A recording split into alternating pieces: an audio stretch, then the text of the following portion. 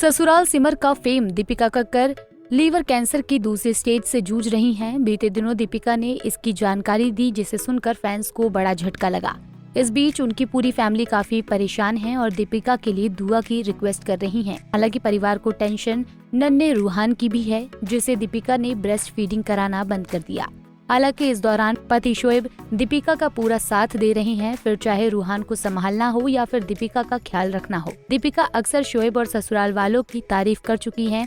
यहाँ तक कि दीपिका के करियर में भी शोएब ने उनका पूरा साथ दिया, फिर चाहे उनका क्लोथिंग बिजनेस हो या फिर सेलिब्रिटी मास्टर शेफ के जरिए टीवी पर कमबैक हो। शोएब ने हर मौके पर दीपिका को सपोर्ट किया। शायद यही वजह है कि दीपिका ने पहले पति से तलाक के बाद शोएब को हमसफर चुना।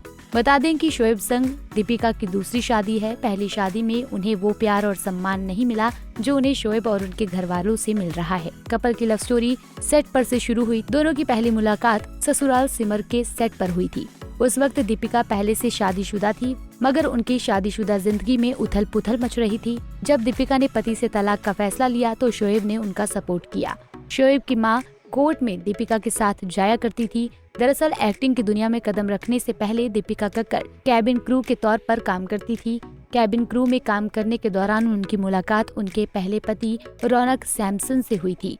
रौनक भी उसी कंपनी में काम करते थे। साथ काम करते करते रौनक और दीपिका एक दूसरे के करीब आ गए थे, लेकिन एक्ट्रेस का परिवार रौनक का धर्म अलग होने की वजह से उनकी इस शादी के खिलाफ थे। मगर दीपिका ने परिवार और समाज के खिलाफ जाकर साल 2011 में शादी कर ली, मगर शादी 4 साल ही टिक पाई।